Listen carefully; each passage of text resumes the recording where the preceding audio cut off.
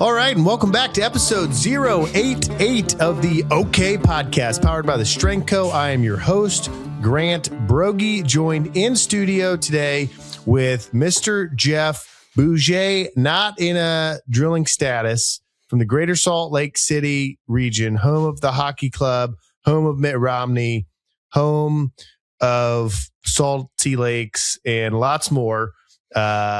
Probably, I would assume there's more things there besides Salt Lakes and Mitt Romney. But that's what comes to mind when I think of that, besides Mr. Jeff Buege. Also joining us from the great state of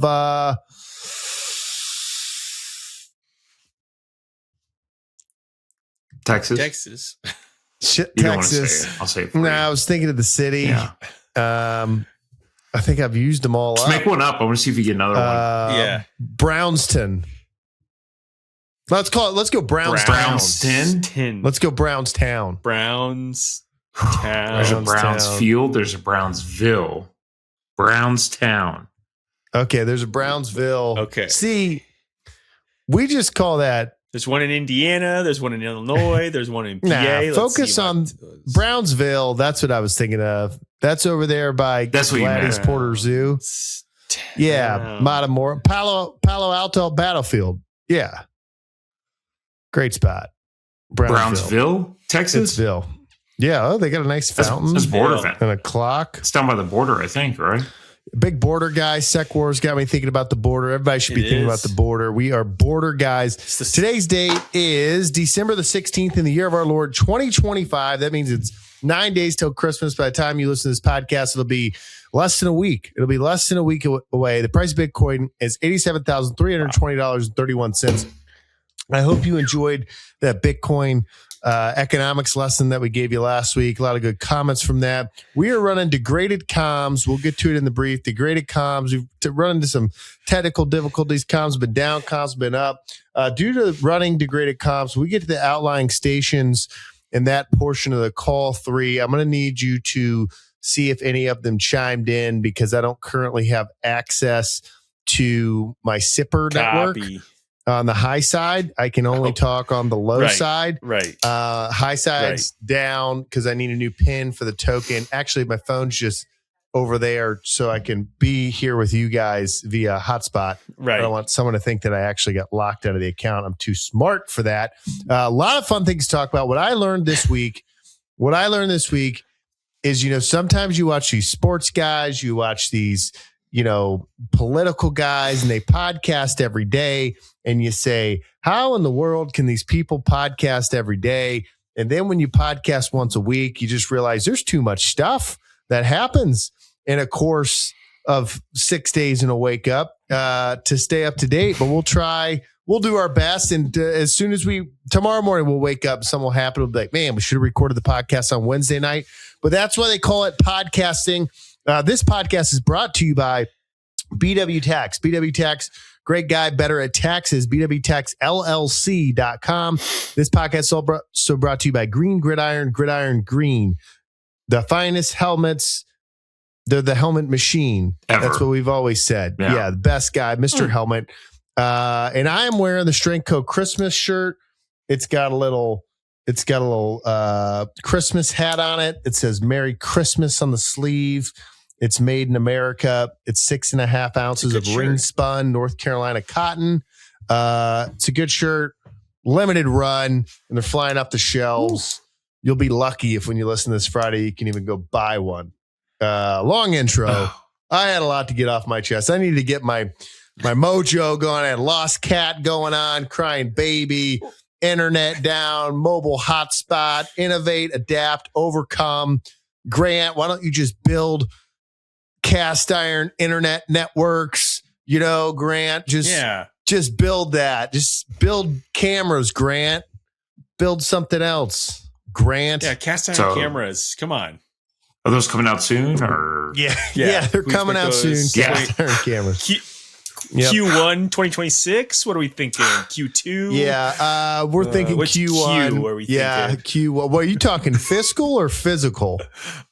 Oh, well, I did. Or did you mean calendar? Okay, calendar. Yeah. Because remember, saying physical is just saying fiscal incorrectly. So when people say the physical year, they're actually thinking 1 October in their mind, but they don't realize that words mean things.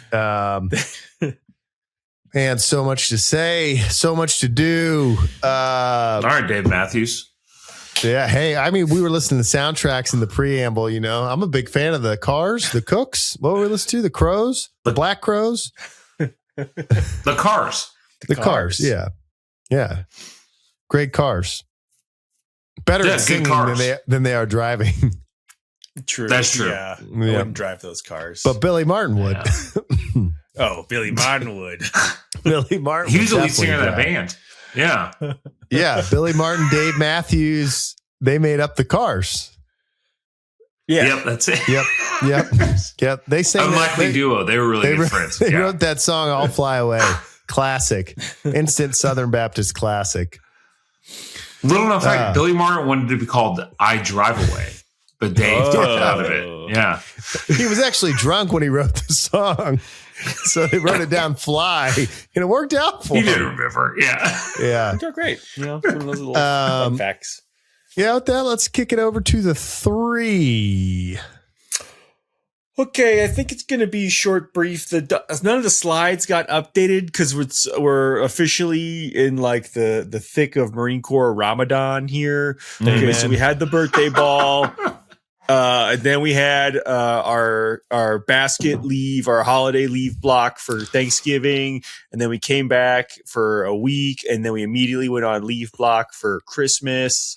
And for you deploying types, I know you probably thought you were going to get post-deployment leave and Christmas leave. But that's not how this works, okay? You guys get 30 days of leave a year. Okay, I'd like you to go find one of your buddies working in corporate that gets 30 days of leave a year. Okay, go find one of your buddies that gets 30 days of leave a year. Okay, now it's not my fault that I will dictate to you when you will take that leave. If your wedding falls in line with a field op on the TEEP, you're not taking leave. You had a leave block. It was called Christmas. Yeah, but sir, like. Everyone just got back from deployment, so we're thinking like maybe they'd have some like post-deployment leave and then Christmas leave. And then, they've been gone for like, no. Listen. You get 30 days of leave a year. You find a buddy with 30. Well, sir, can I just make a deal with you? What if I just gave you 20 of them back, but I could take 10 whenever I wanted? No, you are afforded a leave block and you take that leave when it's on the TEEP. Okay. Yeah. And that leave block, when you total it up, does not add up to 30 days, by the way. No, it doesn't. Let's no one question that math. No one question that math whatsoever. Goodness gracious me. Okay. So like I said, none of the slides got updated, but S1, do you have anything just like, shooting from the hip here? I'm the S3 Zulu briefing for the 3. So I'm not really sure how these meetings go because I'm usually in the thick of writing op boards hey sir, I'm correcting usually the ads in here, but I think I'm you probably don't really know what you're doing because you're like a lieutenant and everything, and just probably finished like I don't know your first tour. You ain't really know what's going on. 20 years over here, but yeah, the numbers are good. There's nothing from you don't need to worry about the 1. We actually probably don't even need to be here. I'm just gonna leave. LT, I'm out. Okay. Foghorn Leghorns, the S1 chief. Okay. Good to go, Master Sergeant. Good to go. Okay. Thank you. Who goes next in these briefs? What do we do? I didn't get any guidance or commander's intent, and I was told at TBS that I would always get in commander's intent and guidance, and I'm lost at the moment. Hey, this is Trash 5. I got to buy Dur. Actually, I got a acting, which is more authoritative than a Bider. A Bider means I can sign things, but if I'm acting, I am trash sticks. So I'm going to use my trash sticks voice. I'm a little disappointed when I walked in here as an 04 with no freaking daggone tension on deck.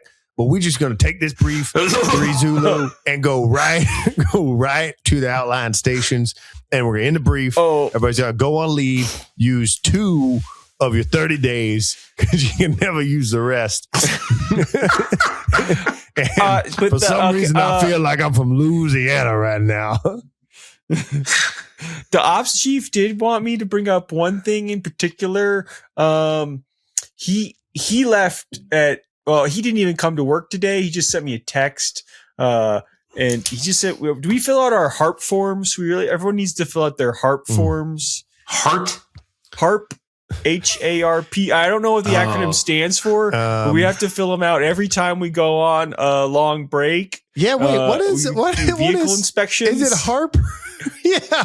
Why was there like a corporal checking my blinkers in 2013? Don't. Oh, that's what that is. I remember HARP that. Yeah. HARP. Hazard Application Rendezvous Point. Sure. I don't know. Makes sense. Hazard assessment. Well, I actually don't know what that is. Do Checking my do? blinkers. That's true. That's what, I don't know what it was. True. You had to like in the big. That was the big thing. It was like, oh god, make sure these vehicle inspection checklists get done. Okay, you ready? And they'd be like, do you have jumper cables? I was not that far off. Holiday Accident Reduction Program. A mandatory pre-leave document for Marines to plan travel, assess risks, such as driving, alcohol, and activities with their leaders and ensure vehicles and personal safety before holidays to prevent off-duty mishaps and accidents. Less commonly, HARP can also mean Helicopter Advanced Readiness Program, but it's probably Holiday Accident Reduction. Sounds a lot cooler, yeah. Oh, man. Do you do that? Do you implement that at the Strength Co? Doesn't sound like it. Yeah, I make all the employees. The helicopter, yeah. I'm talking about the helicopter. Yeah, we flew a drone over the Strength Co once. Got some cool footage. Okay. Oh, dang. Fill that HARP form. Yep. That's why they call it a HARP form. Okay, well, if that concludes our brief, that portion of the brief. So now we're gonna kick it over to outline stations. I'm gonna run down the list here, going in chronological order. We got Big Daddy Sean Shep checking in from the Mecca of MFR in New Orleans, Louisiana. That's why I felt like I needed to talk from the bayou today. I hope you get some gumbo down there, Shawnee. He's drilling off cycle and making the Commandant proud. Hey, hell yeah, brother! Salute you. It's about the sec war these days. All right, we got Nathan Eckberg, chaplain, checking in, and I just wanted to remind everyone the real reason for the season: securing trash. And then he writes, Jesus was born in a stable, and you know what that means. Some little farm boy secured that trash in the place for a baby to be born. I'm calling on you to secure that trash in your life and make a place for baby Jesus in your heart. Chaplain. Ooh, maybe he meant in our HARP, in your HARP form. Make room for Jesus in your HARP form. Oh, is that one of the helicopter? It was that's prophetic. One of the blocks. Yeah. Where's Jesus? And did you clear out the trash for baby Jesus? Check your blinkers. Oh, man. All right. And then one more outline station. We got Matt Ronan checking in. Medic 5 checking in. Appreciate you. No, okay. Do we got to get comments? I feel like there was a comment in there about eggnog. Just go to click the heart. See. If we got a comment. I feel like I could see Trey doing this. Okay. Claudia Gay writes in, make French toast with eggnog. You're welcome. Okay. Yeah. Okay. Sounds pretty good. I can hop on that train. Yeah. I'll give it a whirl. Yeah. All right. Okay. Those are the outline stations. Good stuff. Love it. Love the outline Thanks for tuning in. Checking in. Yeah. If you're not watching on YouTube, you should. Products in objects in image are clearer than they appear on YouTube. So for Trey and Jeff, I look like a 1980s video game. But once we get on YouTube, this thing will be crystal clear. Ooh, boy. Yes, go check it out on YouTube. Okay. Then looking at our agenda.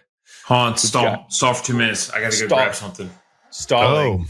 Oh, yeah, we got to do what's in the box. We got to do what's in the bag. Yeah. Let me grab my bag too. Hang on. I got mine handy.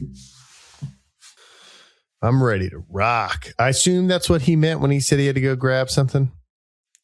That's my assumption as well, but you never know with Trey. He could be going to get toilet paper, a brisket. He's got a bag. Oh, look at that! He's got a brisket. He's got a brisket. Is that a fly fishing shirt you're wearing? It is a Patagonia shirt. It's like a chocolate comfort natural hoodie. I think I got the same thing in baby blue. Does it have thumb holes? Yeah. Yeah, it's a fly fishing shirt. Yeah, you can't wear that with a reel caster. Can't wear it with a reel caster. You can only fly fish in that shirt. Oh, dang. So little preface on, Jeff, why don't you just make this your segment?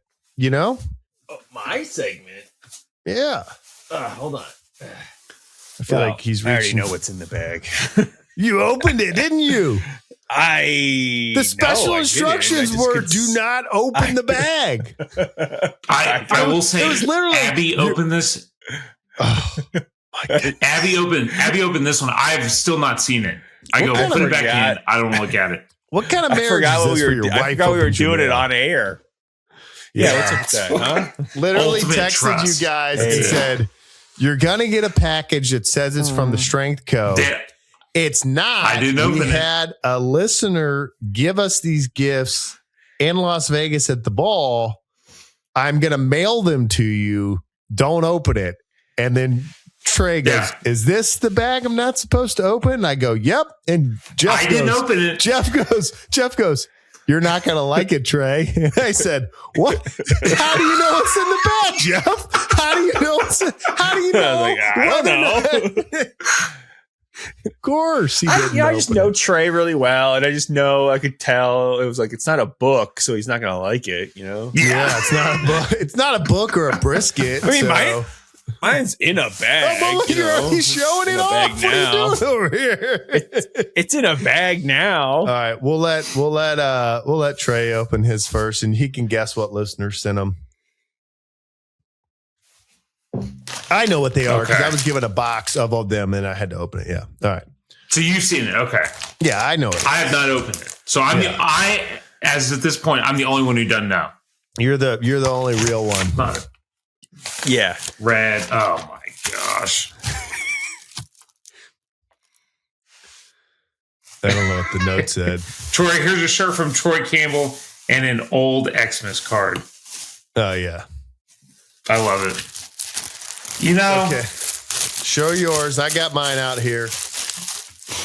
At least you got a better color. Good night, dude. I held it. Kaylee was so confused. Yep.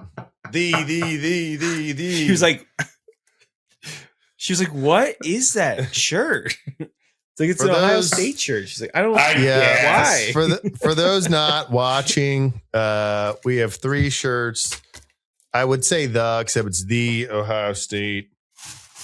They're Nike t-shirts from Troy Campbell Sr. But I think we got to put some kind of wager here. So one, as much as we don't like the team, I don't know that we've had any other listeners send us stuff for free outside of Mr. Helmet. No, so that's pretty cool. Ohio State has moved up to one, like it's just by the fact that they did move up. Oh yeah, like just by the fact. Yeah, you know what I mean. Exactly. So I don't know. How do we want to do it? Do we want to say we got to do it in a way of like, is Ohio State going to play A&M? I mean, anything's possible, I guess, at this point. If A&M wins this weekend, yes. Okay. Which I think they plan on doing. Yeah. Plan on it. So we got to have something. Since you're the only guy still not in it, or still in it, Trey, I think Jeff and I will just wear them one day. And then I think if I think if the Aggies lose, you got to wear it. You know what? I feel like that's a good bet. I feel like if A&M makes it and plays Ohio State. I feel like if the Aggies win, though, it's also like a power move to wear it because you're like, yep, my team won and they beat these guys. No, what I plan to do is send him an A&M shirt before it, and then I want Vert. If A&M ends up being Ohio State, then I just need a picture of him in an A&M shirt. Or we could just send him a helmet. And then I'll wear it. That'll work too. I also got sent this. A small one. I also got sent this in the bag. A Minnesota Vikings beanie. And there was also there was also a baby. Yeah, not a big Vikings fan. Well, it's There's also a baby like, hey, in there? there's also a baby from the state of Ohio. And they were like, hey, could you raise it? His name is The Baby. No, there's a baby bib that's Detroit Lions. So I got the whole trifecta. BA. Oh, wow. Yeah. OHIO. So anyway, we appreciate the gifts. I'm going to be wearing it next week when I come on the show. I'll be wearing it no matter what next week on the show. Jeff will wear his. Trey, I feel like if there's a future matchup coming on, but we'll get them on. It'll be good. Appreciate the gifts. Thank you very much. If you guys want to send stuff to us, 100%, just send it to us. I do appreciate it, and we'll make dumb videos with it. Pretty awesome. It just goes to show you how cheap our loyalty is. Like, yeah, seriously. You send me a shirt. You send me a shirt. Sold. A free T-shirt. Yeah, a team that I've disliked for a decade plus. Like, they're not that bad. I gotta say, there was actually 4 shirts in there. So you got what? Gray, Jeff? Gray. Trey's got red. I kept black for myself. You're welcome. There was 2 grays. And I'll post this image on the podcast story. There's my brother's wife, Home Depot brother's wife. I grew up with that family. Last name's Drolley. The oldest boy, they had 5 kids. His name was Brian. When I was in like middle school, he's like a freshman at the Ohio State. Big guy, big weightlifter. I think he's a marathon runner now. Builds houses in Georgia somewhere. Awesome guy. So I had like these 4 shirts. And when you're a guy that sits on t-shirt inventory, like the best thing you do if you got extra shirts is just give them away. Because otherwise there's just like this box with like hundreds of shirts. And you're like, wow, what am I ever going to do with this 2019 turkey pole shirt? Or whatever the case is. So anyway, he's a customer of ours, bought a lot of plates. So I just went in, created an order, put a thing in there because he listens to the OK podcast and comments sometimes. And I said, nice. Hey, Brian, here's a shirt I'll never wear from an OK podcast fan. And he took a photo of himself wearing it. I think he's like flexing or something, sent it back. He's like, hey, thanks for the shirt. Okay. So yeah, I'll post it up. So thanks for the 4th shirt, which got put to good use. Anyway. Oh, what a segment. Man, we're 25 minutes in. We've talked about nothing. What's the next gift? Something. Yeah. Okay, listeners. Yeah. Let's keep the gifts coming. We're getting used to it. So what's next? Yeah. Are you from something that we hate? We'll love you quickly if you just send us something.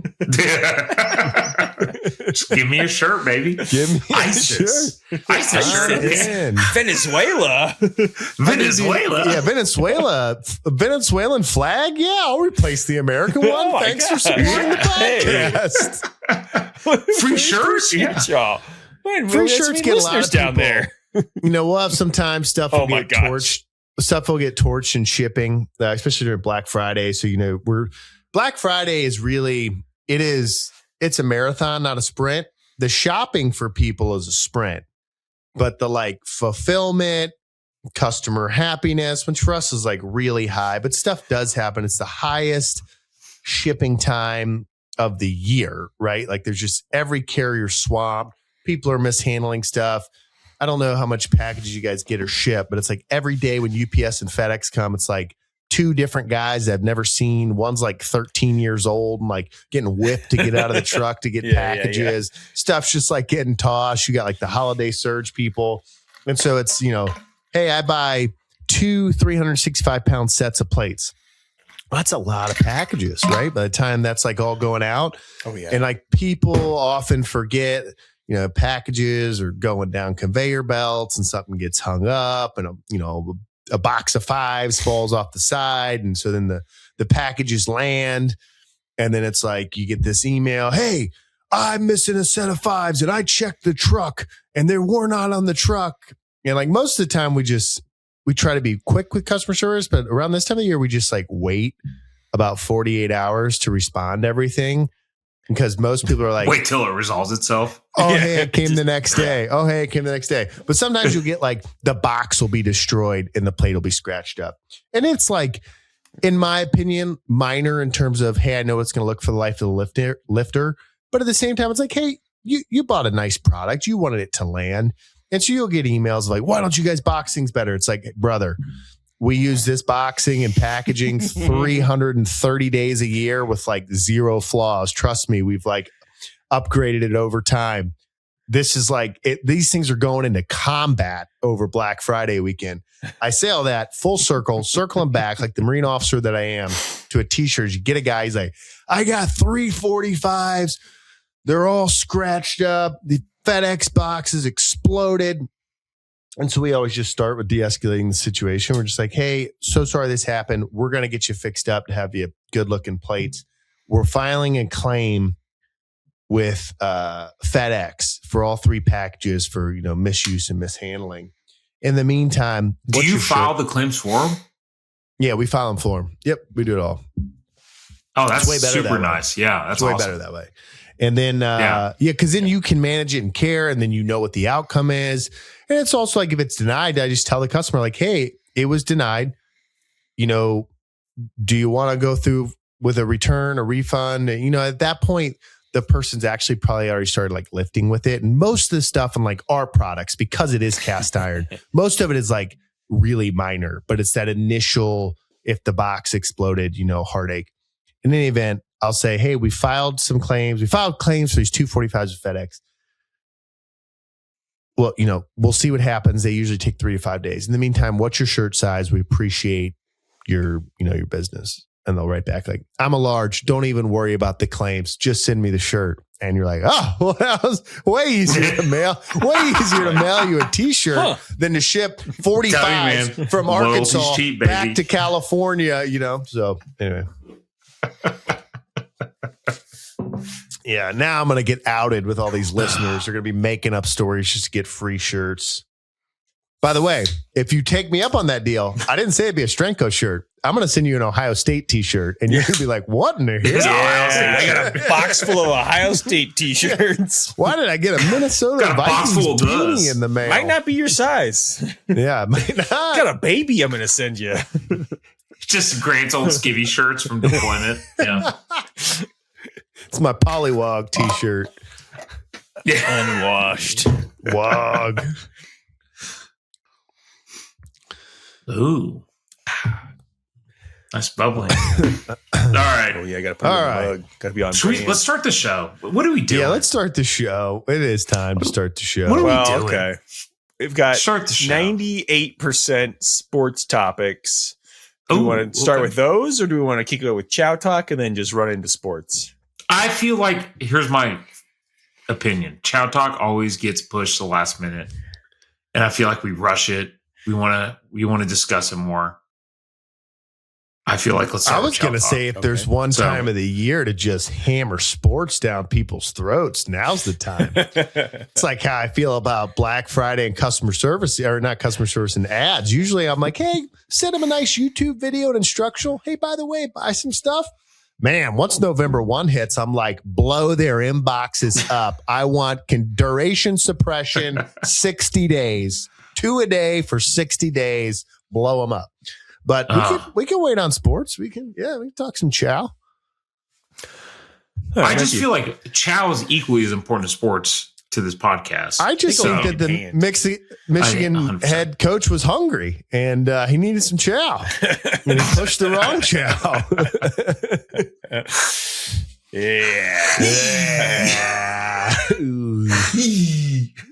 All right. All right. Poor guy. Yeah, we'll get to Coach Moore in a little bit here. But okay, Chow talk. Grant, I imagine you'll have some opinions on this. Trey, I imagine you will. I don't know how they'll line up. Jeff, should I imagine chili. that you'll have some opinions? I can kick off my opinion. I think chili is highly overrated. Ooh. Are you talking about by itself or on things? We'll talk like a bowl of chili or a cup of chili, but it can be a nice enhancement to a thing like a hot dog, but on its own, I think it's pretty overrated. Yeah, correct. Or slizzy. That was the other one, right? Yeah, that's the bratwurst. Trey's gonna have opinions. I already know. I like a good bowl of chili. Here's the thing, though. Like, I like it by itself, but it has to have like some spice to it. Okay, like I want to be sweating. True Texan right there. If I'm gonna eat it by itself, I want it to have some spice to it. Hearty, spicy chili. Yeah, that's kind of like. I don't think. I don't like bland. I don't like sweet chili. I don't think Trey's tracking. Trey, do you put beans in chili? So I'm not going to die on that hill. I prefer it with no beans, but I will also eat it with beans. That's because you're just here to push Chow. I'm here to push Chow. I'm here to push Chow. I'm not here to get in an argument. I'm here to chew gum and push Chow, and I'm out of bubble gum. Are you tracking that I have a 25-minute how to cook chili in your kitchen, in your bathroom? You'll end up in the bathroom. In your kitchen on an open propane stove. Are you tracking that, Trey? I feel like I've seen that before. Yeah, it's been a minute, but I have seen it. Chili's not about beans. Chili's about spices. Yeah, it's a poor imitation of Mark Ripito trying to get on the map on YouTube in my early days. He had a video where he's teaching people how to make a Vesper martini. And he starts out and he's like in his kitchen. He's like all lit up. There's like cast iron everywhere. He's like in a full sweat. And he's like, Vesper martini served up. And he reads some dialogue. He's like, that is from the book James Bond. I forget which book it is. I'm a terrible fan. And then he goes into how to make a Vesper martini, and the details are crazy. Yeah, Casino Royale. The details are crazy, like what to do with the olives, like this whole thing. Well, Rip also has an article on chili that his dad would make in the what is it? Something House Cafe. I'm mad I can't remember it. It'll come to me. But Something House Cafe in Wichita Falls. It was, yeah. His dad ran a restaurant there. And he goes into this whole thing about the article's like, you need 3 onions, medium size, 2 can be yellow, 1 should be purple, right? It's just like random things. So I took the article, read it like he read Bond, and then I went on and made chili. And it was like before I had editors. And so it's just like one take, me in my kitchen, sweating my balls off, making chili. And yeah, I've always felt like one day it's going to go off and people are going to be like, you know what? All that guy was underrated for his chili video. Well, who cares about his strength training talk? Deep cut. It's a deep cut. Deep cut chili. I think I actually really do like Texas chili. I would say that Texas is better at chili than they are at brisket personally. Well, they're really good at brisket. I guess I said that wrong. What I meant is barbecue is what you're saying. No, I would just say I think your Texas chili. If I went to a restaurant in Texas, unless I was at like Lockhart or like one of like crazy well-known brisket places, I think that your chili, your red Texas chili I think it's really good. Cause it's just meat. It is just like meat simmered down into soup, and it's phenomenal. Yeah. And I'm a fan. At the same time, we got a South Carolina chili recipe that we use in my family. It does have beans that I also really like. I do think you have to be really careful on too much. But I do think people can make chili taste like what I think is a spaghetti sauce, like a bolognese, like a lot of meat, red, very tomatoey. Yeah. I do think that is a mistake. I'm actually with you on that. It has to have a ton of spices. It's about spices. But I'm not going to cry if there's beans in it.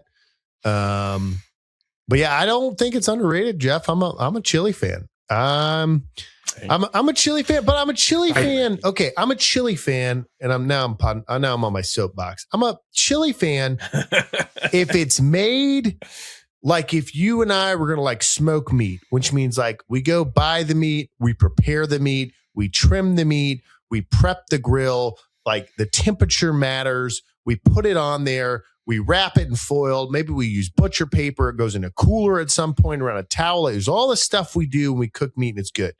Okay. When chili's prepared like that, I'm a fan. When chili is, I walk into Food Lion and grab 15 cans of stuff on the shelf and dump it into a crock pot and then bring it to like the chili cook-off, very overrated. But when like chili has a recipe, design, and purpose, I think it's some of the best food out there. And especially like you want to serve it over a little rice. Yeah. Yeah, I'm a fan. Oh, okay. Chili hack for use guys trying to be healthy. Instead of sour cream, use Greek yogurt.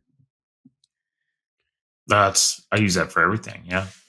Yeah. It's but yeah, throw it on everything. But if you literally everything. Name one thing, I'll throw it on there. Ohio State t-shirts. Oh, Greek yogurt all over it. Oh shoot, what was I gonna say? Oh yeah, but then cheap chili, like if you just get like Hormel's, man, I'll throw that on hot dogs all day. Quick pause. You say pause. All right. Okay. Did you guys do a quick pause or did you keep going? We did a quick pause. We did a quick pause. I'm sorry about that. So we'll wrap up chili. I'll give you the cat update and then we'll start the show.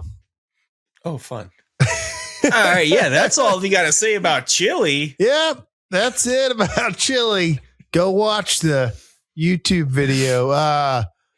Jordy, put it in the show notes and put the starting strength one in. That was back when I used to send videos to them. And the first one I think did okay. Redid it on my site before I hired you, PJ, for sweet thumbnails. Did do as well. So I feel like people see the video and they're like, not that many views. Watch the original one from the Starting Strength channel. Chili. It's about spices. Spice. You guys want a little cat update? Yes. Yeah. So if you're listening to this, Jordy's really good at edits and stuff. But if the conversation seems like it stopped and started about 30 minutes prior to starting the podcast, the baby goes to bed. Reading the baby, the stories, put the baby to bed. Come out. I'm like, I got 30 minutes till the podcast. I'm gonna like clean the kitchen for my wife, tidy up the living room, feed the cats, change the litter box. Like when she comes out from putting the baby down, like, and I'm gone because I'm in the garage podcasting, everything will be nice and tight. Well, the cats want to be fed, and sometimes you want to delay the cat feeding. So outside in the backyard, we got this tent. It's like a mesh tent that we put the smaller agile cat in named Waylon because he has an IQ low enough that when he's in there, he doesn't realize he's contained and he just thinks he's outside and he loves it. Calhoun, on the other hand, has a much higher IQ than that, would never be tricked in a tent, but he has just a previous broken leg, so he cannot hop the fence. So a great way to make the cats have a lot of fun outside is just open the back door. Calhoun just moseys around, can't escape. And you put the other one, Waylon, in the mesh tent. Put him in the mesh tent. Put Calhoun out there. Go inside. I'm cleaning dishes, cleaning up Grinch cookies my wife made, tomatoes my kid threw all over the floor, doing the thing, getting cleaned up. I'm like, okay, I want to grab my Christmas shirt for the podcast. Everything's good. And then the Calhoun's just going crazy. Row, row, row, row. I'm like, I know, I'm going to feed you. Just chill. And then he did this once before when the cat got out. When the cat escapes the backyard, he like sounds the alarm, like all hands on deck.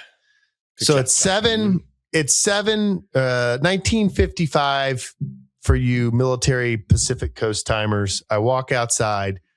I see the cat on my roof. He's all the way down at the end. The garage is detached by about probably like 8 feet of separation.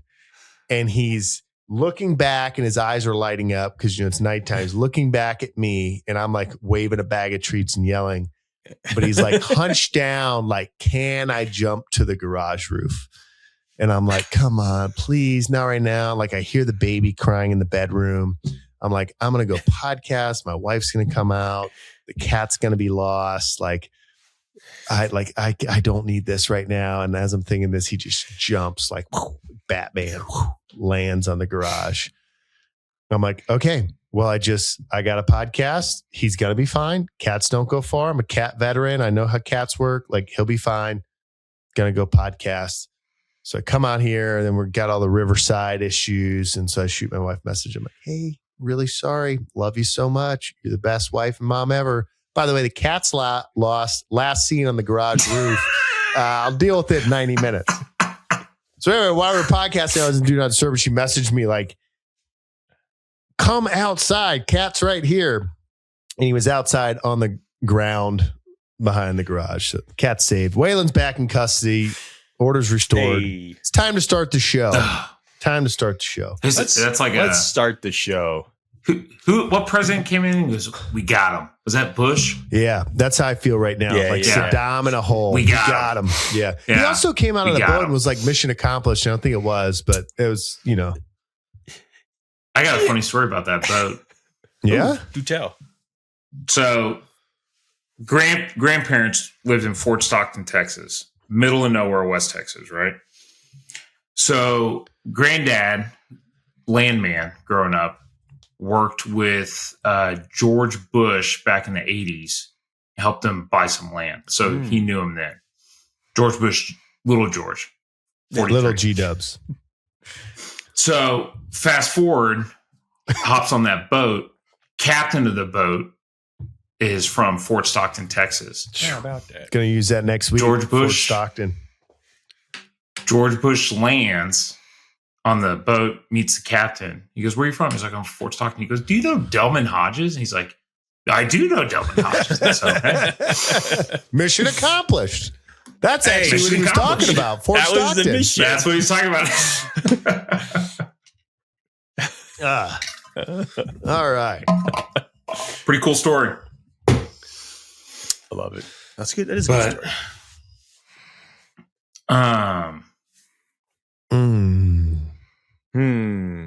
I was thinking, but like when you're talking about those two cats in the backyard, I know we had to talk about football. Like, would you rather be the dumb cat who doesn't know he's trapped or the cat who can't escape? I did not call him dumb. Low IQ. I didn't call him low IQ. He said low IQ. No, I did not. IQ, Jeff, not high enough. Yeah, I said he has an IQ low enough to think that he's outside. Nah, I don't know. So technically, he's dumber than the smart cat. I love them both. Per capita, yes. Relatively per capita intelligence. I love them both. One of my things about my OG Calhoun is Calhoun was a hunter. I mean, he would just ride in the truck, go everywhere. He'd kill birds in the backyard here. I remember right after Diane and I got married, he goes out one morning and just kills a bird.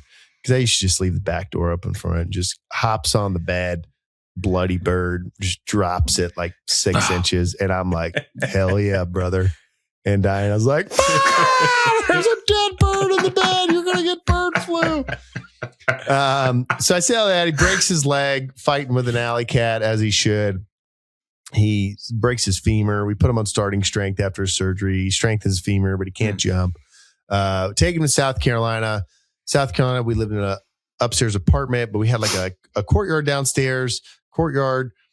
There, below us was an Italian restaurant. He had like a little garden with like a bunch of, plants. And during the summer when the weather was nice, or in the fall, he would put tables out there and people would go out there and eat. And so I used to go and sit down there, when he was closed, and the cat would just, walk around. It wouldn't walk out into the street. And the Italian guy, Giorgio, comes in one day. He's, hey, how you doing? Good to see you. Hey, Giorgio, what's going on? Man, your cat is really big. Yeah. he's not going to mess up the garden, no. I'm like, oh, no. He's broke his leg a few years ago. He's a slow cat. And like, right as I'm saying that, Calhoun just like launches and grabs a bird like out of this bush and kills it. He's like, he killed my bird. And I'm like, yeah, technically it wasn't your bird. It's God's bird. But sure, the bird is dead. Yeah, So he's a hunter. Straight killer. Yeah. If you're ever in Greenville, South Carolina, downtown, go to Giorgio's Italian place. Cool spot. It came over in 1986, opened it in, I think, 1990, open ever since. Wow. Yep. Good run. Yeah, good run. All right. Should we start the show? Foosball. Yeah, let's start the show. Let's start the show. So everyone that listened, I think the preponderance of the show is actually glad that we're not just pontificating football stats the whole show. Yeah. But then there's a minority. There was a guy on X today. He was like, he bought a shirt. I saw a shirt order come through. I had posted on X. If you buy a Christmas shirt, it comes with a note from me. So today I was like writing all these notes because Christmas shirts got done and people had pre-bought and I'm like shipping them out. I'm like, I'm under the gun. UPS is going to show up. And UPS shows up and he's like loading weights and he's loading shirts. And I see an order come through and I'm like, hey, UPS guy, wait. And I grab the shirt, I throw it in the bag, I tape it shut, throw a sticker in it. I don't write him a note and I like toss it to the guy in the truck because I'm like, it's Christmas. He wants a shirt, before Christmas. I go back and I'm like, I realize that I know that name. How do I know that name? And then I'm like settling down. I get on X and someone likes the Christmas shirt post that I had done and it's the name of the guy. So then I immediately tweet at him. I'm like, hey, brother, this is your note. You didn't get a note because I got your thing out today. He's a crew member. And he's like, hey, I can't wait to listen to episode 87. I'm a week behind in the podcast. I've done all of my picks this year based off your guys' recommendations. And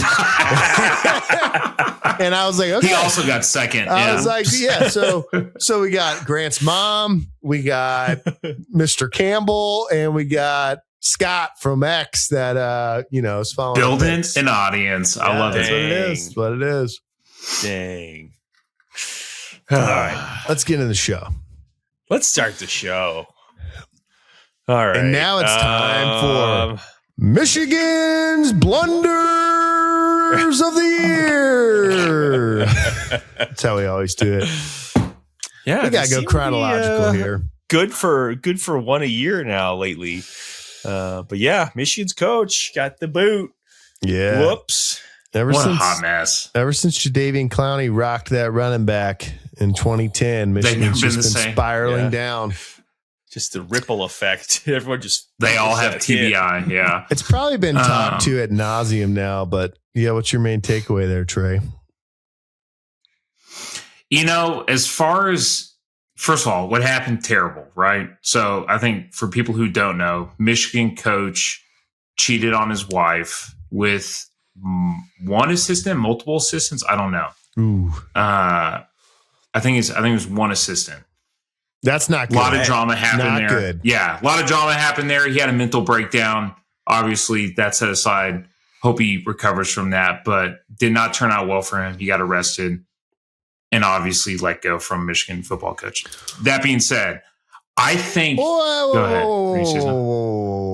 ahead. I think there's a little more to this guy. So, has an affair with the assistant, gets her pregnant, allegedly, pays for an abortion, allegedly. School finds out. Wife finds knew all this. Yeah, wife finds out. He goes to silence the assistant and then says, he's going to do self-harm and harm her. All allegedly, but it was a lie. So then he gets arrested. So like, you probably ruin your marriage. You ruin your side piece. You ruin your career. Bobby Petrino came back. You ruin your career. And you get arrested all in like 24 hours. Dude, talk about like the worst week. Oh. Man, I feel what's like- that? What did that signing class look like, huh? What did they look like? Well, that's not. They kept them on until signing class. So Yeah. So I'm like, I don't know. As far as I was texting a buddy I work with, and he's a big Michigan football fan, and I go, outside of all the craziness that happened, I feel like Sharon Moore was an average football coach. Like, I don't think he was good. So I'm like, you have the potential to, if anybody wants to step in that situation, to upgrade. And so I think as far as a Michigan football, then get over the black eye that they got here, which I don't know. I feel like a lot of programs have had black eyes. So I feel like they can get over this one. Oh, yeah. I feel like they could hire a pretty good coach. Come on. Non-denominational churches get over this sort of thing. I think a football program. Yeah, just true. Yeah. So, but I bet as Ohio State fans loved seeing this whole thing. Oh, they love it. Yeah, they love to see it. Yeah. Well, I think what Moore had going for him is you beat Ohio State 3 years in a row. You know, and I know they lost this year, right? Yeah, they lost this year. 13-10? Yeah. No, they lost. But Ohio State beat them. Yeah. It's something about beating the rival that'll make you some money, give you some job security. It's true. That's true. Yeah. But I don't know. I don't think he wasn't winning a national championship there. I'll put it that way. Yeah. Sherrone Moore wasn't. So I'll be curious who they end up. I've heard they're throwing around like Alabama's coach. I heard Lane Kiffin wanted to go. Oh my God, yeah. I heard who's the big Washington fan? Big Craig. Craig, yeah. Well, I heard they might be targeting Washington's coach. Oof. Feel bad for Craig. I feel bad for Washington. They had that other good coach. He went to Alabama, and yeah. Jeff Fish, yeah. Do you think Jeff Fish DeBoer could would coach leave? Like, is the Michigan job an upgrade? I don't know. I think it's equal. You just don't have the expectations of You're not living Nick in Nick Saban. Saban's shadows. Yeah, Exactly. Yeah. Like Nick Saban, I didn't realize is still working. Like he's on the staff as a consultant. Yeah, it's kind of crazy. Like in the building like a lot, and you're like, oh, hey, coach. Yeah, I don't. So I don't know. I think Alabama has more football lore. Maybe Michigan's like pretty great. I'm also thinking like, okay, let's say you're a guy from Washington State. You're married and you got like 3 kids, and you can go to Tuscaloosa or Ann Arbor. That's like 6 one way, half a dozen the other. You think? I think Ann Arbor is probably a nicer town. Yeah, I've never been. I think I'd rather live, not that sweet. I think I'd rather Not live that in sweet. Michigan. Than Well, I guess I haven't been to Tuscaloosa in a long time, but I haven't know. been to Not either of that them, so sweet. I can't really say anything.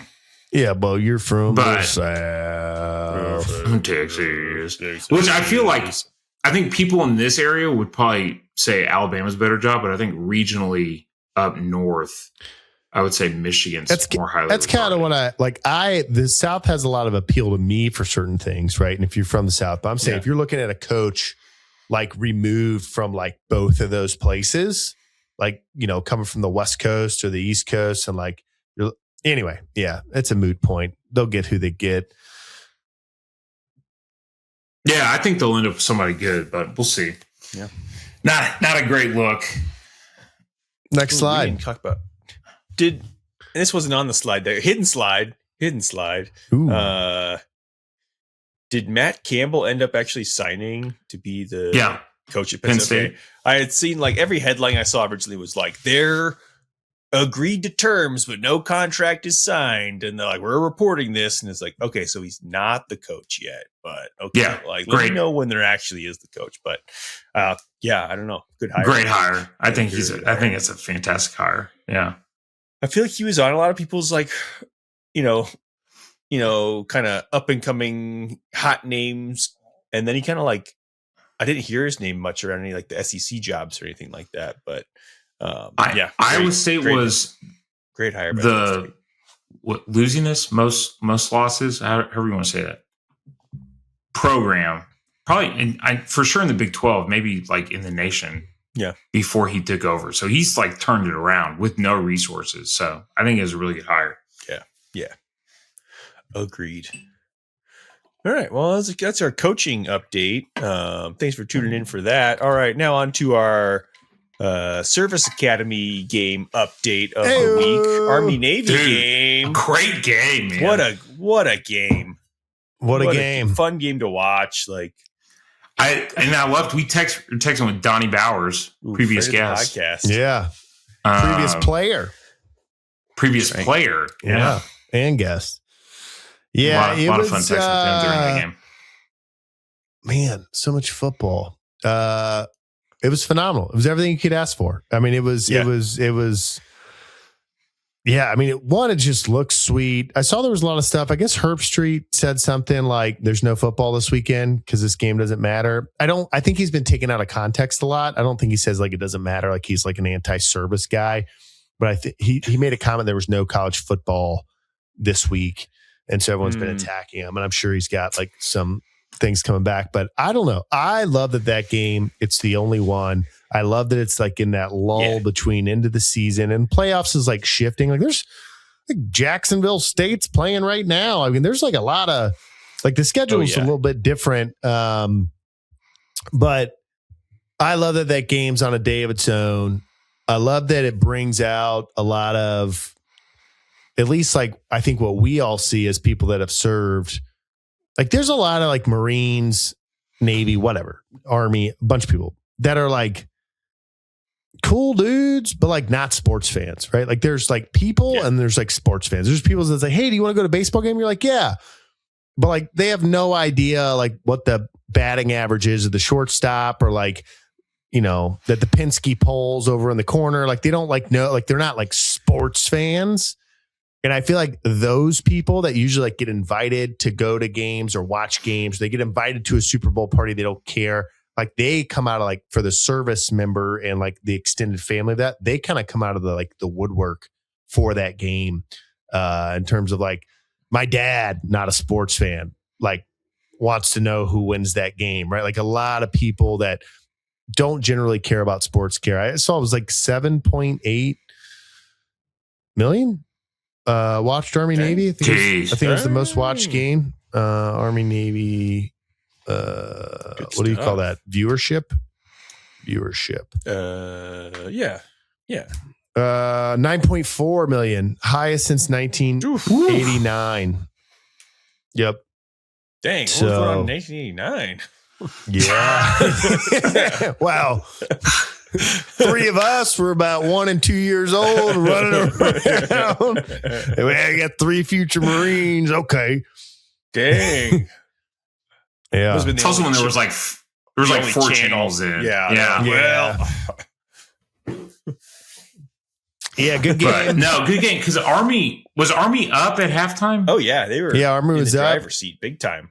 Army was up. Navy pitched a shutout in the second half, and you know who had the best comment? I was talking to BW Tax for the game on FaceTime, and I'm like, man, I'm fired up for this game. He's like, me too. And then, so there's other people like that pick a side, one because they know like Marine buddies, but you got like BW, who's a Patriots fan because from Acton, Mass. Therefore, he's a Belichick fan. Therefore, he's a Navy fan because Belichick's dad coached in Navy, and like he likes Navy. Right. I'm like on top of like other reasons. And he's like a studier of the veer. And I'm like, yeah, man. I was like, I actually think Navy covers. I think they're like a lot better team. And he just goes, these Army Navy games are always weird and won by like 1 or 2 points. Navy does not cover. And good call. Right. Yeah. Great call. Yeah. Great call. Better. You should have him call your taxes. Have him call your tax return. Oh, imagine how that comes out. Imagine how that works out. Oh, man. All right. Army Navy. Speaking of 1989 and it being wild, let's just fast forward about 3 years, 1992, when old Steve Taneyhill comes in from the great state of Pennsylvania as the Rebel quarterback for the Gamecocks, Rebel as in a rebel, not like an Ole Miss rebel, for the Gamecocks with his long hair, ponytail. It was such a big thing back in the day. And you got to remember, during his area, I'm like 4, 5, and 6, 7, 6, 7, something like that. But like South Carolina would sell Gamecock hats with a ponytail like sewn in. So he comes in that's and awesome. he beats Clemson every year he's there. He beats LSU in Death Valley. So one of his things they would like to say is they never lost in Death Valley. And he would say Clemson or LSU. And he takes South Carolina. So they go from the ACC to the SEC in 1990, 89, 90. And he takes them to their first ever bowl game, the CarQuest Bowl, and wins. He still has the most touchdown passes of 62 as a who was coaching then? Sparks. Do you remember? Okay. Hang on. Gamecock coach Tanny Hill. I think it's Sparks. I think I'm saying this right. Of course, it doesn't tell me that quick. Gamecock coach during Tanny Hill. Summary. Got to add in summary. Brad Scott replacing Sparky Woods. That's what I was saying. Brad Scott. Sparky Woods. Okay. Yeah. Sparky Woods and Brad Scott. They each had a little bit. Anyway, he also beat Clemson there and went and signed the paw. And then he signed the paw, kind of like, when people do stuff for the logo these days, but now it's been done so many times. But I think back then it was a big deal. So he signed the paw and he like went up and there's just photo of him like with his hands outstretched, like up in the sky. So then fast forward, I go to my first game in 1998 and, Lou Holtz comes down, but everyone's like, oh, Steve Taneyhill when Taneyhill was here. So I just always knew the name. Then you listen to Gamecock radio and all this other stuff and you hear him come on. High school football coach, just over the border. Yep, there he is, number 18. That's 1-8, yeah. Just over the border in North Carolina, right on the border. In 6 years, he won 4 state championships. Legend. Anyway, died of cancer at 52. I don't know all the details. Some people knew he was sick. Apparently kept it close to himself. But Gamecock legend, Gamecock fan here. Had to shout out my boy, Steve Taneyhill. I'm hoping we just go all throwback jerseys next year. Like 19. I hope we got fullbacks and horse collars. And like everyone has ponytails. Everyone has ponytails. Yep. Hope we just throw it back for Steve. Oh, yes, dude. Those throwbacks would be so sick. That'd be sick. That's cool story. Yeah, it's cool. Good tribute. Rest in power. Power. Steve Taneyhill. Dang. All right. Well, speaking of legendary players, now talking about modern day legendary players. So the Heisman ceremony. Well, Mendoza from Indiana taking home the first Heisman trophy for the Indiana Hoosiers.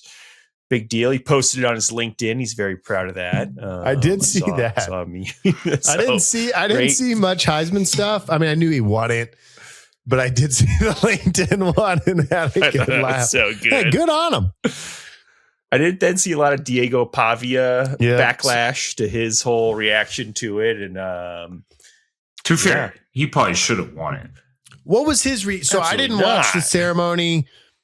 No, I mean, obviously I watched football this year, but did he, I know he's a walking bottle of Axe body spray, but did he do something like bad at the event?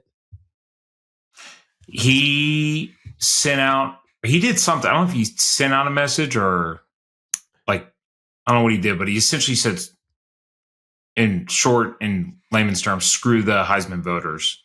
I should have won essentially. In more colorful language. And then I think he turned around and then had an AI apology afterwards, but it was definitely an AI apology. But man, I don't know. Wait, do you think Mendoza? You think he should have won it? I think Jeremiah Love should have won it. Really? Actually, yeah, I could see that. I think Mendoza. I think Mendoza fell into the recency, best team in the nation. Their quarterback had a good year, but did he? I don't think I've seen one clip of Indiana football this whole season. There's so besides much, the Penn State game, yeah. There's so much of the Heisman that is put on as like, and what is your team accomplishing? Which I'm not necessarily saying is bad, but there is a lot of like, I don't know. You want to win the Heisman? Well, you need to be so good that your team made it all the way. I think, right? Not necessarily all the way to the national championship, but that like you're in the hunt, right? Like I think, yeah. And I don't actually know if I agree with that, but I think, I mean, Gamecocks, we only have one, George Rogers, and that was a good team for us, 11 wins. The only exception to that is who's the old Baylor quarterback? RG3. Yeah. RG3. And then I feel like they went like 9-3, 10-2 or something like that, and he won the Heisman just because he had a really great year. What was Colorado's record last year with that's true. Yeah, what's his name? Shadu. But he was he was like on the Deion Sanders like marketing hype train. Because like he was for sure. Travis Hunter. But was he? Yeah. I think he did have some good receiving numbers. Yeah, but he played both ways. That wasn't that the thing with him, is that he played both ways. Yeah. Which is it is so rare that I'm like, all right, I guess I could see it, but I don't think. Yeah, imagine giving an order and also having to execute it, Jeff. Imagine playing both ways. Like you're an officer and an enlisted man. That's good. But my thing on Pavia was just like that Alabama game. Like he had crucial turnovers. And I do think as like a quarterback, like you gotta, if you're going to win the Heisman, like you can't like cost your team some big win. Like if he had gone in and won that Alabama game, like that would have been like, all right, get this guy the trophy. Fair enough. I don't know. My thought process is like he has single-handedly brought Vanderbilt to prominence. That's true. They were like nothing before he came. And like part of it's the coach, sure. Like I think they got a great coach, but it's very much remind me of like Johnny Manziel at A&M. Okay, I could see that.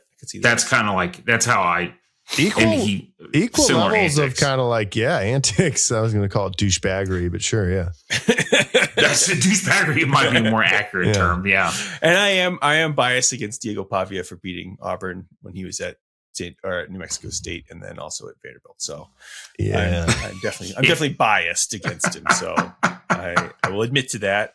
But Jordan Love, you can make an argument for Jordan Love too. Isn't his mom like dating Theo Von or something? I think maybe not openly, but I don't know. Like, it was like something like Theo Von was like, hey, if you beat so and so, like South Carolina, it was at South Carolina game. You got to like set me up with your mom or something like that. And I don't know if it actually happened. Yeah. Anyway, I knew Jordan Love wasn't going to win who was the Boise State running back last year? Ashton Genty. When he didn't win, I'm like, it's almost impossible for a running back to win. It's Jeremiah Love. Yeah. Oh, excuse me. Okay. Show some respect. Jordan Love, Green Bay quarterback. Yeah. Hey, he can win the Heisman. Not to be confused with Jalen Hurts. But all right, we got some picks to do. We do got some picks. Close it up. But it's our not so fast. Not so fast. Not so fast. I got pretty fired up about Phillip Rivers. Did you guys not get fired up about Phillip Rivers? Oh, yeah. Sorry, I skipped the topic. Oh, that's not where you thought I was going. I thought I was going somewhere else. I didn't know where you're going. No. Okay. But Phillip Rivers. What a story. Okay. One. I thought the headline was a joke at first. I it's a thought the headline was a I've loosely paid attention. Fill me in. Okay, I'll fill you in. So I thought the headline was a joke. It was like Colts quarterback gets injured. They got nobody left. They're looking to get Phillip Rivers in, who hasn't played since 2020. It's like some thousands of days or 1,000-something days that he hasn't played. 5 years. Colts are having a great year. Colts have a great year. They got that woman is she the president? She's not the coach, but like she's on the ground. She's like calling plays. Kind of interesting. Maybe she's the owner. Yeah. It's interesting. She looks kind of like Kristen Noem. It's interesting. In any event, they're like having a great year. playoffs, like they can do it. They're like, we don't have a quarterback. And so somehow they're like Phillip Rivers. So Phillip Rivers, headline comes out like Phillip Rivers, play quarterback, hasn't played in 5 years. I thought it was a joke. Then I see him get signed and they like interview and I'm like, oh yeah, they signed him. He's going to be like a backup to someone else. Yeah. Like he's not actually going to play. He's going to mentor some kid. Yeah. It gets announced that he's going to play. And I'm like, oh man, that's kind of crazy. And then so I know about Phillip Rivers because he's a Southern boy who went to NC State. I remember watching him in NC State, Gamecocks playing while he was there. And then he was at LA Chargers like all the time. Jeff and I lived out here and you. Yep. And it was just like Phillip Rivers puts a really good game together and then like loses at the end with a pick. Like, can never quite like finish it. Great guy, like won't curse, says dadgum, like in all his post-game interviews, has a bunch of kids. Like 40 kids. 10. Didn't realize it's now 10. Yeah. So like by the time Sunday morning comes around, I'm looking to go to Christmas church and I'm like waking up, I'm hanging out with the baby, Dee's getting ready. And I'm like, Phillip Rivers is going to start this football game. He's 44 years old. He hasn't played in 5 years. He has 10 kids. He's a grandfather. Like his youngest 3 kids were not alive while he was playing football. Like, go Colts. Like, I am pumped for this. And so then the pregame stuff starts coming out. And he looks exactly like a 44-year-old father of 10 would look. He's got like an oversized, whatever kind of shirt on. You could see his belly. Like he looks soft. His arms are small. Like, it doesn't look bad, but he just 100% looks like a 44-year-old dad. And so I just start like tweeting about it. I'm just like grabbing photos of him. I'm like, you guys don't know this, but Phillip Rivers has been running starting strength in his garage with strength coat plates the last 5 years. Like, you guys don't know this, but this is what, and this is like all pregame. I just start like going, and it starts like picking up steam throughout the day. And then like by the time the game starts, I'm fired up. I'm like, I cannot wait for this game. He like comes out and his first pass is like so ugly. I mean, he has an ugly throw anyway, but it's like so ugly. Yeah. The ball's like end over end. It's a little short. Guy dives back and catches it. And it's like, it's good. And all of his passes are like 6 yards, 8 yards. He did throw one bomb down the field and the guy lost it in the lights or in something and didn't catch it, which was sad because people that have picked him apart have been like, yeah, he went 18 for 24 with, the average completion of 7 yards. Anyway, he's going. I'll read this tweet, post, formerly Twitter, because it was funny. It was good to have one take off. Hadn't been in a while. Grant SSC, I have been ranting in football games post-deployment. I just put all caps. All these 38-year-old dads telling me they can't deadlift 225 because of herniated disc, and Phillip Rivers over here playing football at 44. And that just like went, I don't know, it's at 15,000 views, like 600 likes. It was just going crazy. And the comments were like going crazy. So then I'm just like, I got it. Like, Phillip, you got to win this game, man. Like, this is like, you're an American hero right now. Like, you have to win the game. So he's down by, what was he down by, Jeff? 2-1. It doesn't matter. Don't make me do math.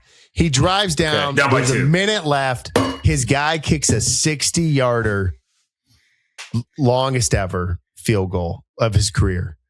And they're up by 1 with 58 seconds, a minute 2, whatever it is, something around there. And the Colts defense cannot hold. And Seattle comes back and with 2 seconds left, kicks a game winner and he loses. No.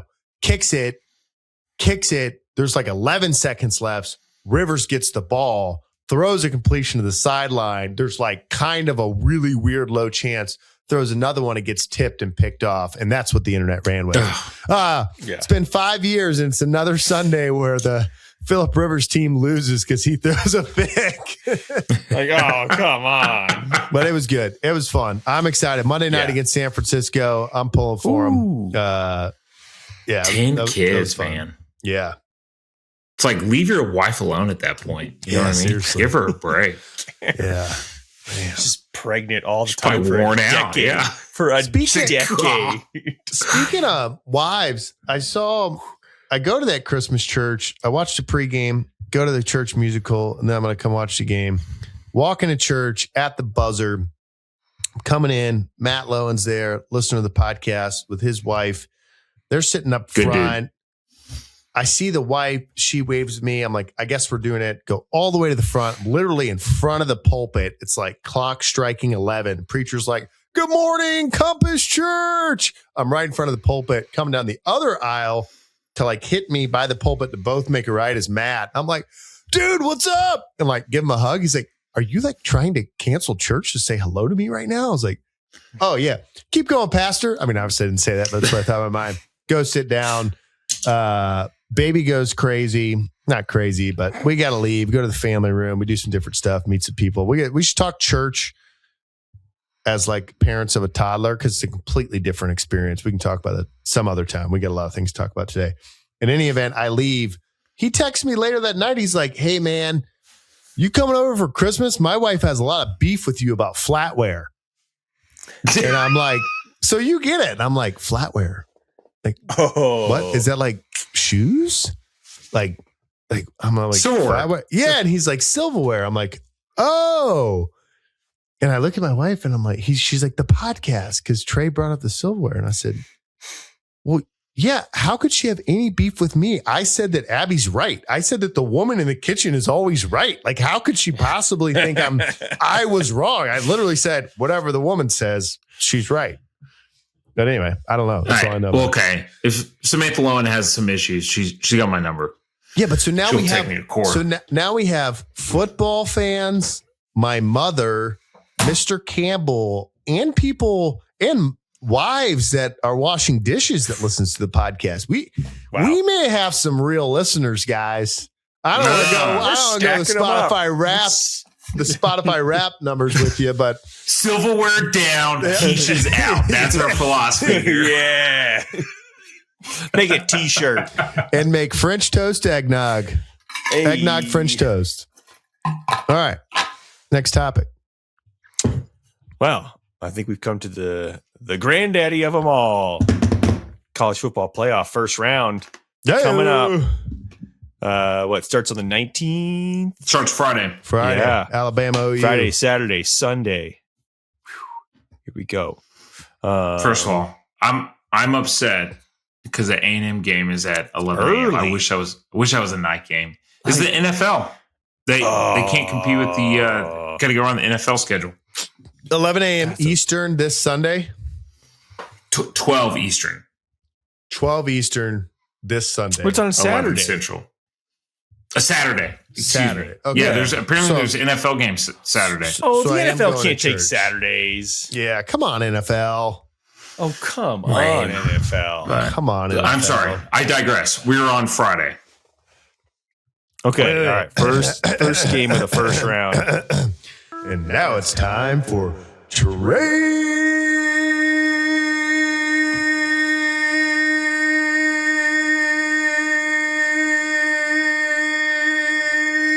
Picks of the Week.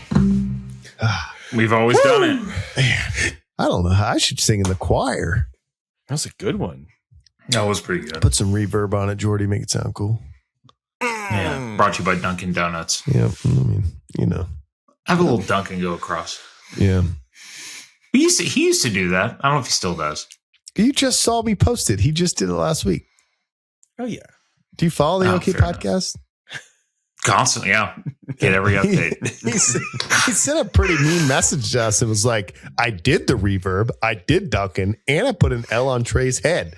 He's like, you guys don't watch your own YouTube videos. I was like, yeah, that's actual. I know, I lived it. I don't need to watch it. Why would I watch it? I lived it. All right.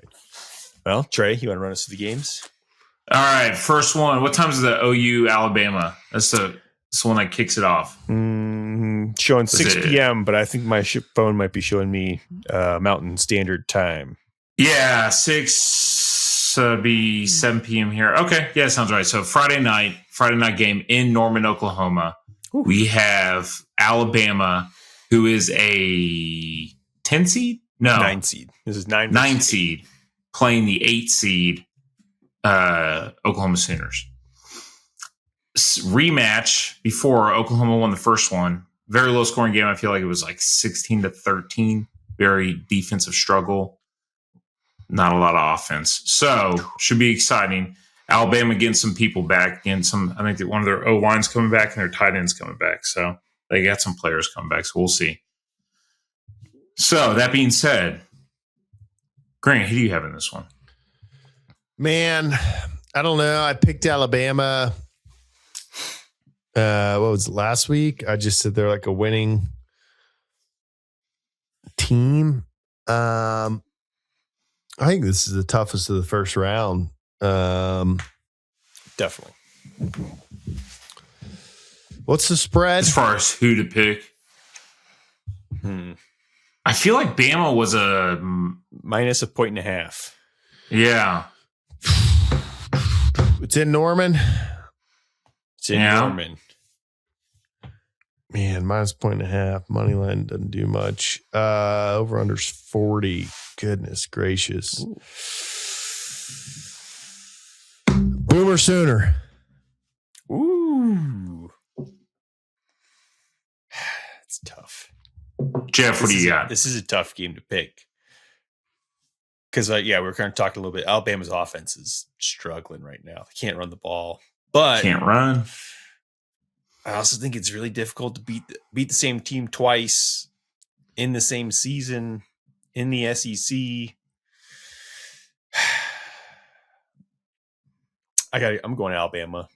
Roll Tide, hold them up tight against the wall, make a little loving all night. But I don't love that pick.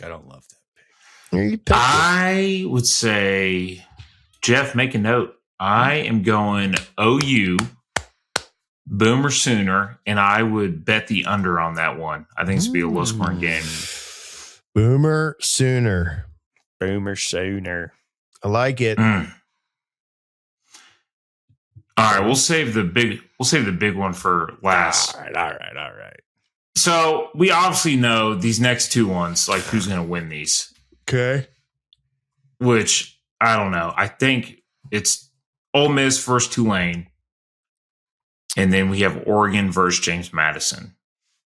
Oh, obviously Tulane and James Madison steamroll both of those teams. Obviously, would be crazy. Is there any turmoil in Ole Miss that they can't lock in for this game? Like no Lane Kiffin. Well, the Tulane coach is leaving too.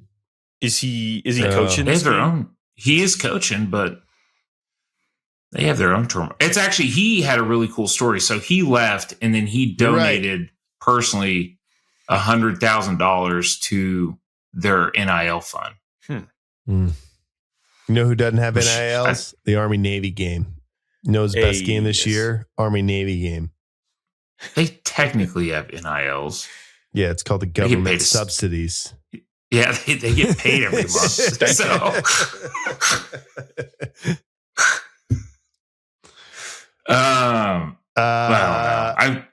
I think Ole Miss wins. I think Oregon wins. I think Oregon wins. I'd like to see James Madison win. Would you keep this? Ideally, real quick, 12-team playoff. Would you like to have these teams taken out? Like, give me an argument for keeping them in, I guess. So I think in order to keep them in, it's 64 teams in the NCAA tournament. Why is that okay? Because some of these guys go on a run. Everyone's seen it. Everyone knows it's possible. And it's like, hey, if I just make the thing, even if I'm the small school that no one's heard of, I can go win the Natty. And that's what makes college basketball fun. It's a different sport. I'm with you on that. It's a different game, obviously. But I think what is this, year 5 of this? 4? What I always forget. Year 2 of the 12 team. Yeah. Oh, what did we say? The BCS is a while ago now. I think very soon one of these smaller schools has to win it. Not that means it's this year or make it, right? But if they just get knocked out in the first round, then I'm just okay, why are we doing this? But if someone wins it, and even if it's every 5 years, every 5 years, a James Madison's coming in and taking down Ohio State and Texas A&M and whatever, whoever. I'm like, okay, keep him in. Yeah, but I mean, right now, I don't think that's going to happen. I don't either. Yeah, I look at it and I would much rather love to see like Ole Miss playing Notre Dame or Ole Miss playing Notre Dame. Of course, you want Notre Dame in. Vanderbilt. Who else was on the outside? BYU. Just a better matchup in my opinion. But I digress. But we'll see. All right, let's get to the last one. So those are both Saturday afternoon, Saturday evening. So Saturday morning, 11 a.m. Central, 9 a.m. Grant's time. Ooh, love it. We have number 7, Texas A&M, hosting Miami, the U, number 10, coming to College Station. I feel A&M right now is -3.5. All right, Jeff, I'll let you go first. Oh, I'm going Texas A&M. 100%. You feel confident in it? Yeah, I think Carson Beck's going to throw 2 interceptions. He's not going to know what to do. He's going to be under a lot of pressure. And I think Marcel Reed's going to have a great game. I think that he's going to show some people that maybe he should have been invited to the Heisman ceremony. Okay. So I like Jeff. Little chip on his shoulder. A&M needs to hire Jeff as a PR guy. Graham, what do you think? I think that we're going to beat the hell out of the U. We're number 1, second to none. SPIRIT. Our team is dynamite. Let's put some boom on it. Farmers fight. Whoop, whoop, whoop. I think the Aggies I think it's tough for them after this, but I think you got this game. Oh, 100%. Yeah. And this is a tough game, tough matchup. I think it's going to be good. I think it's going to be a good game, but yeah. A&M has Le'Veon Moss come back, running back. So that's good.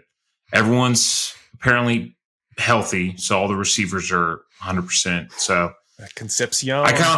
I'm leaning on. I hate picking my own team because I feel like it's bad juju, but I think A&M should win this. So I think get this W. I agree. Jeff, take a photo of the podcast real quick since I'm on my phone and throw it up on the story later. Oh, farmers fight. Okay. Okay. Yeah, I think the Aggies win. I think the Aggies cover. I think the Aggies 3.5. Yeah, I hope so. Yeah. Yeah. Well, I mean, that's tough. It is 3.5 is tough. True. Yeah. That's tough. tough. It's tough to do against tall grass. Yeah. I mean, you win by 3.5, probably won by a touchdown. True. Yeah, no, it's a tough road because then then it's the Cotton Bowl against Ohio State, then most likely Georgia. So it's a tough road to get there, but we'll see. Tough. We shall see. Tall grass. We shall see. Just happy to be there, man. Just happy to be there. A lot of football. Well, a lot of football left. Is there a lot of podcasts left, Jeff? A lot of podcasts. But speaking of football, obviously everyone's tuning in so they can hear the update about the game after it's already over. If you were looking for Jacksonville State has defeated Troy 17-13, which you probably were already aware of. Barn burner. Maybe you weren't. I don't know. That was the salute to Veterans Bowl. So I just want to say salute all veterans. Thanks, and colors and standards, not case. Okay, that's one of your general orders is to salute all veterans. So make sure you salute them. It's one of your general orders to all people. So yeah, good stuff. That concludes the brief. Pending any questions. Save round. Ooh, alibis. Oh, you got to save round. I got one. Yeah, A&M volleyball has been on a heater. They played against Thursday. Right? The other day. Yeah, they beat Nebraska. Nebraska was undefeated. And then it was a crazy game. I've been really into volleyball here recently. They beat Pitt before that. They were down 2-0, came back and swept them. the reverse sweep. So now they play. No, I'm sorry, Louisville. They play Pitt on Thursday. So they beat Pitt, and they go national championship. So wow. Okay. Exciting time. Okay. Citadel basketball. Okay. Is 9 out of 10 in the SoCon. They're 3-8, and they haven't won a single away game, but they're 3-3 at home. And I feel like things are about to turn around. Hey, about to play at College Charleston tomorrow, 4:00. Can't wait. As long as you beat your rivals, you keep the job. You feel me? I feel you. But that's all I got. So I say Brown, I got. Very well. Man, great episode. A little out of order, a little long. Got the Chow talk in. Getting our root. We head back to our roots. Not talking about lifting at all. Zero lifting talk. I worry about listeners like Caleb Gottlich. It's like, hey, so you like sports? Did you not listen? I hate sports. Why do you listen to this podcast? Because you guys talk about lifting. Oh, right. Yeah, lifting. That. Go lift. Go lift. He would appreciate the Chow talk. Oh, you think he made it this long? Chow talk was early. The Chow talk was early. Yeah, he definitely listened to Chow talk. But you think he made it this long? No, we talk about sports. He turned it off probably. But what if he saw in the show notes we were about to talk about lifting? He would fast forward to that. Oh, he's not going to go through. I want a guy that's dedicated. I don't want a reservist. I don't want just honor and courage. I want honor, courage, and commitment. Okay. Oh, sometimes 2 out of 3. I'll say a quick little hack I've been doing for lifting. I've come back from deployment, taking back over my small business, trying to meet my daughter, trying to spend time with my wife. Not to mention it's Christmas season. Someone's always inviting you to something. We got Strength Code Christmas party over here. We got this thing over there. We're riding Santa's, railroad track over there. And so time is of the essence. You think when you get back, you have all this time to work out. I've actually been short on time, but try not to miss. So I've been going 3 days a week and running 1 day a week. It's what I've kept up. And I've been trying to keep my workouts to under 60 minutes because this time of the year, it's like, hey, I want to spend time with the family and the people that I care about. And so one of the ways I've been doing that is 2.5 lifts per day, focus on 60 minutes. And the way that I do the squat is I just do ascending 5x5s and then descending. So I count everything. So I'll go in, I'll do the empty bar, 2 sets of 5. And then I'll go to 135 for a set of 5. I'm giving you examples, tell you Taylor in a second. And then I go to maybe 225 for a set of 5, 275 for a set of 5, 315 for a set of 5, and then 365 for a set of 5. Excuse me.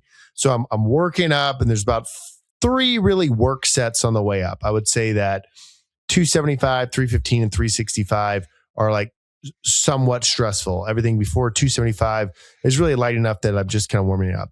So I'll do 365 and then I'll come back down and I'll do 315 and then 275 again. So in total, I get 2 sets at 275, 2 sets at 315, and 1 top set at 365 for a total of 5x5, kind of what you're used to in the squats, but done in a way that I don't have to rest as long. So between 275 and 315, I can probably wait about 2 minutes.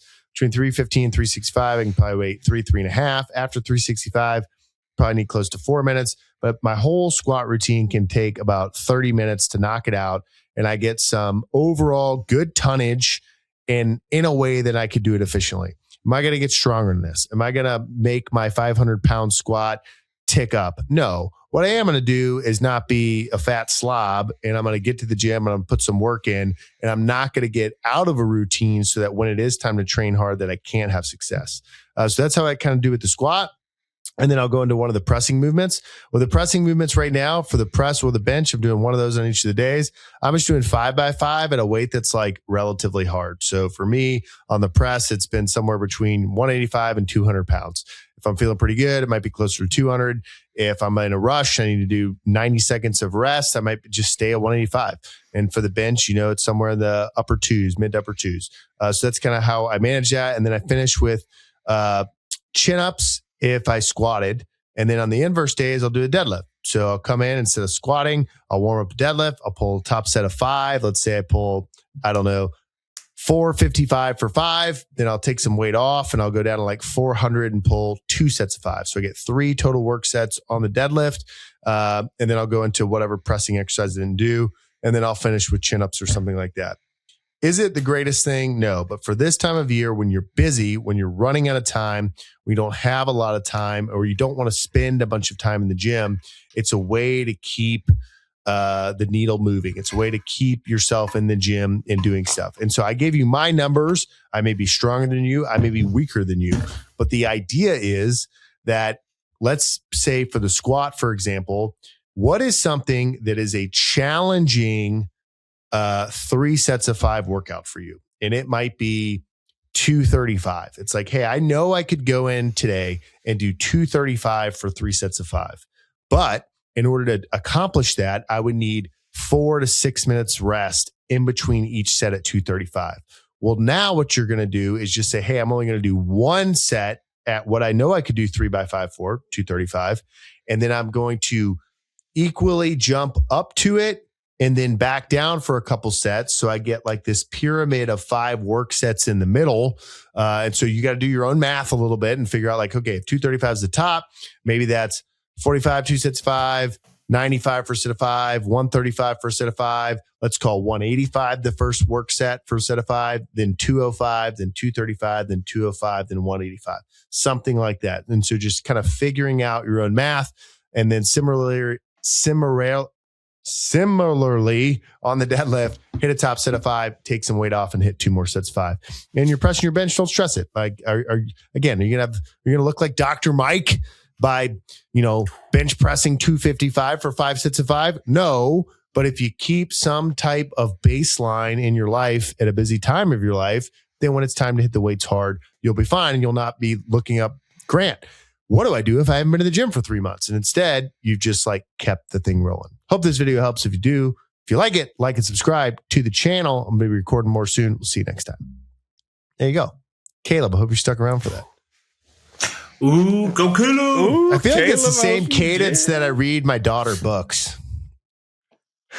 Oh, you blow through it. It's like a whole, oh man, I'm like, it was a noisy Christmas night when Jesus came to earth. I bet the goats all bleated, and then the shepherds were even worse. It's like I just read that book. Rap. Oh, the noisy night? Mm-hmm. Great night. Yeah. So we should all make noises like animals. Nah, we wouldn't do that. We're people. We should use our words and spread the love of Jesus. I feel like another saved round is you and Jeff are starting a kid show soon, I think, right? Oh, man. Yeah, big things coming in Q2 of 2026. Yep. It's called The Killer Bees. Mm-hmm. And it's 2 guys almost 40 years old dressed up as bees that sing kids songs. Buzz, buzz, buzz, buzz, buzz, buzz, bee. We're the killer bees. There's something there. There's something there. Dude. I feel like if you just drop the killer part, then I feel like y'all might have a hit. Well, my last name's Broggi because I'm Italian, and my last name's Biggie. Let me teach you how to spell Biggie. This will help you later on in life, kids. You'll definitely spell things like this. Oh, man, I'm telling you, it's a great show. When I saw my kid watching someone singing potato, potato, I was like, they stole this. They stole this from me. How did they know? We should just cook them and sing it. There wasn't even kids around. God. It's probably our 9th roommate and Dana Point. You think the killer's bad for it? You think the killer's not good for kids? For a kid show? Oh, the kitty bees. Yeah. The kitty bees. The kitty bees. The kitty bees. Then 2 grown men walk up. I like to watch college football. Oh my gosh. We just play the OK podcast. Yeah. Turns out we've been making it for 88 episodes. We just haven't shown it to kids yet. Hey, PJ, when you upload it on YouTube, click that button. Yes, it's made for kids. They're going to love it. They're going to love it. Chili's about the spices, kids. Spices starts with the letter S. It should put them to sleep. So, yeah. Oh, man. Oh, they'll love the staff brief. That's for sure. There's one thing kids love. It's a good staff brief. It's a good update from the 2. What comes after number 1, kids? The dumb guy that always talks about the laminator. No.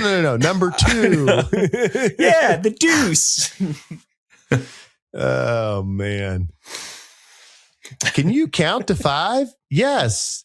Admin, Intel, operations, logistics, EXO. Good job. All right, guys. Trey, I think it's where you're taking it down for a landing. I will gladly. Episode 88, correct. Dale Jr. Dale Jr. Ooh, Dale This Jr. has been episode Was he just 88 8? of the... No, he was 88, right? There's a second number in there. Yeah, Dale Earnhardt Jr. Yeah, 88. I feel like someone was number 8. Was someone number 8 later? who was 8? Okay, hold on, Trey. Because save round. Darrell Waltrip was also 88. Dale Earnhardt Jr. was 88 from 08 to 17. Got that right. Number 8, NASCAR. Also Dale Earnhardt Jr. Okay, so he went, but now it's Kyle Busch. Oh, didn't he change teams or something like that? Yeah, that's right. Yeah. So it was famous. His Budweiser car was 8. That's what it was. Yeah. And then when he got rid of it, he went to 88, or maybe his Hendricks car was 88. In any event, 88, Dale Earnhardt Jr., take us in for the final lap. All right, this has been episode 088 of the... Okay. As always, I'm glad we got that little Dale Earnhardt tidbit in at the end, just for that one was for all the you, kids. It was for the kids. It was for the kids. Because we're Brought to you by the Killer Bees. the South. Buzz, Killer Bees. This episode, as always, is powered by The Strength Co. As you can see by that beautiful banner behind Grant's head. Get your Christmas shirts, hurry. And if you're hearing this, we might be out, but so just be prepared for next year's Christmas shirt. Oh, good. I'd like to thank our special Mr. Troy for our shirts of the shirts? fantastic shirts. We are all thrilled. Like I said, our loyalty's cheap. So listeners, send us shirts and we will root for your team. That's all it takes. Easy day. As always, like to thank our sponsors, BW Tax. Good God, better at taxes. Tax season is coming up. Don't forget to reach out to him. Also, Mr. Helmet, Mr. Gridiron Green. Use that link below. You get yourself a helmet. I think is he still working on the Navy helmets? Those are really cool helmets this last weekend. He is working on those. Also, Trey, I feel like you didn't buy me a visor for my Gamecock helmet, and I'm a little mad at you for that. That was extra. Yeah, well, I mean, I told you extra. Okay. All right. Let me quick save round. You're watching the A&M game versus the Gamecocks. The Gamecocks are up at the half. Shane Beamer's taunting the crowd as he walks off, and I text you and I say, "Hey man, would you add a visor to the helmet if I told you right now that you'd win this game? Would you pay for the visor?" Yeah, I would have. Yeah, well, you would have, but you didn't. You didn't. Anyway, continue. I did buy it. Yeah, but Mr. Helmet. That wasn't the bet. The bet was helmet. Next year we can bet a visor. Justified. Golly. Yeah, as I was saying before, you can get a helmet with a visor at the link below. While you're down there looking at that link, you look at the Slack channel link down there. Use code OK, get you a little discount down there. Slack, what do you do there? Oh, you can ask questions about lifting, live, sports. What are the topics? They got food topics. They got drink topics. Just about everything you want down there. It's a lot of fun, good interaction, good people there as well. Most importantly, go to www.theokpodcast.com. There we will find these social media links that we are all very active on. Give us a follow there. We'd love to post stuff there and all these funny clips that we have. You can find there. Coach, did I miss anything else? That's why they call it podcasting. That's why they call it podcasting. Thanks for listening, guys. www.thestrength.co. You can order until, let's see, if you're listening to this podcast, that means it's Friday the 19th. I promise you I will be in the warehouse shipping FedEx 2-day express for every order until FedEx comes at 1700 Pacific. So 2000, which means you got 2 business days, not to mention the weekend. So you can order, as you listen to this podcast, from www.thestrength.co. Stuff's going to hit your door by Christmas Eve. You heard it here. Thanks for listening to all the listeners that we found out we have, and we'll see you next time.